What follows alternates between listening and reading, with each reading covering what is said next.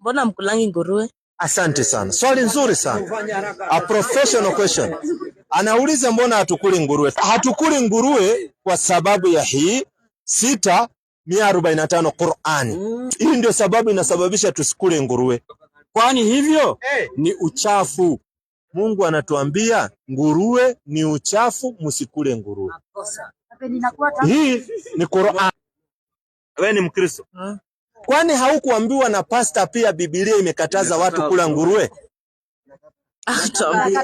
Hakukuambia? 11:7 Walawi, kitabu cha Biblia. Angalia dada. Nataka uangalie vizuri hapa. Na Biblia inasema ukila nguruwe unaenda kuchomwa. Nitakuonyesha ni wapi Biblia. Na nguruwe kwa sababu yeye anazo kwato. Yaani nguruwe anazo kwato, ana zile hooves katika miguu yake. Ni mwenye miguu iliyopasuka kati. Tena nguruwe miguu yake imepasuka kati, lakini hacheui. Nguruwe hana kitu inaitwa chewing card. Wakikuu wanasema usoke idhagumia. Nguruwe hana, ni kama binadamu. Hata binadamu hana. Yaani nguruwe kategori yake binadamu, anakula tu. Sikiza habari. Yeye ni najis kwenu. Biblia inasema nguruwe ni najis. Najis ni kitu kichafu.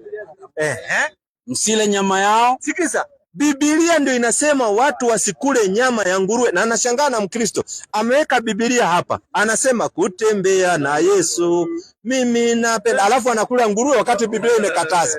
Biblia inasema asikule nini? Inaendelea kusema msile nyama yao wala msiguze mizoga yao. Kwa nini? Hawa nguruwe ni najisi kwenu. Na kuna watu ni wachawi, wanatumia nguruwe kufanya uchawi. Anachukua mafuta ya nguruwe anapaka mtoto, anasema ati ni kinga.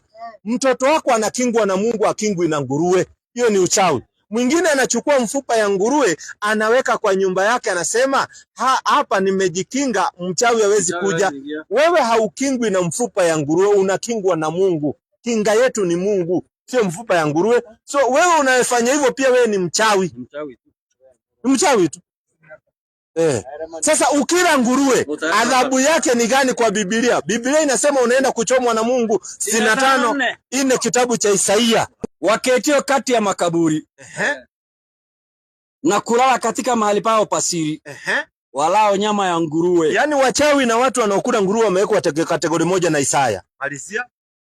Na mchuzi wa vitu vichukizavyo katika vyombo vyao.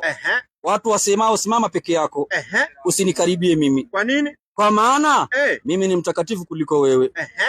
Hao watu watu hawa ni moshi pwani mwangu,